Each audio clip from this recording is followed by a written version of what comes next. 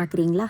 போன டைமெல்லாம் கரெக்டு தான். பட் 1 மணி நேரத்துக்கு ஒரு தடவை தான் பஸ் இருக்குன்றத கிளைண்ட் சொல்லவும் மறந்துட்டாங்க. நான் கேட்கவும் மறந்துட்டேன். 1 மணி நேரம் கழிச்சு தான் பஸ்ஸுன்னு சொன்னதுனால அங்கேயே உட்காந்துருக்காம ஆட்டோ பிடிச்சு அவங்க வீட்டுக்கு போயாச்சு. அவங்க என்ன டிசைன் வேணும், என்ன கலர் வேணும்னு தெளிவா இருந்ததுனால நம்மளுக்கு அந்த நேரம் மிச்சம். ஸோ அதனால அவங்களுக்கு சாஃப்ட்வேர் எக்ஸ்டென்ஷன் தான் கேட்டிருந்தாங்க. ஸோ அதுவே இந்த மாதிரி ரெஃபரன்ஸ் பிக்சர் வச்சு காட்டினதுனால ஸோ இதே மாதிரி அவங்களுக்கு ஒரு ஃபிங்கரில் ஹார்ட் ஷேப்பும், ஒரு ஃபிங்கரில் அவங்களோட ஹப்பியோட லெட்டரும் வந்துட்டு கேட்டிருந்தாங்க. ஸோ அதை ஃபைனல் பண்ணி முடிச்சாச்சு. இதுதான் ஃபைனல் அவுட்புட். இதை பார்த்து அவங்க அக்கா என்னோட மேரேஜ் டைம்லலாம் இந்த மாதிரிலாம் இல்லை. ஸோ எனக்கும் ஆசையாக இருக்குன்னு கேட்டதுனால வாங்க பண்ணலாமே அப்படின்னு கூப்பிட்டு அவங்களுக்கும் சாஃப்ட் ஸ்டைல் தான் ப்ரிஃபர் பண்ணேன். அவங்க குட்டி பாப்பா வச்சிருக்கிறதுனால ரொம்ப ஷார்ப்பான வேண்டாம் அண்ட் லென்த்தும் நிறைய வேணான்னு கேட்டதுனால ஒரு மினிமலான ஷேப் அண்ட் லென்த் கொடுத்துட்டு அவங்களோட சாரி கலர் பிங்க்குன்னாங்க. ஸோ அதுக்கேற்ற மாதிரி ஒரு கேட்டை எஃபெக்ட் கொடுத்து ஃபைனல் பண்ணி முடிச்சாச்சு.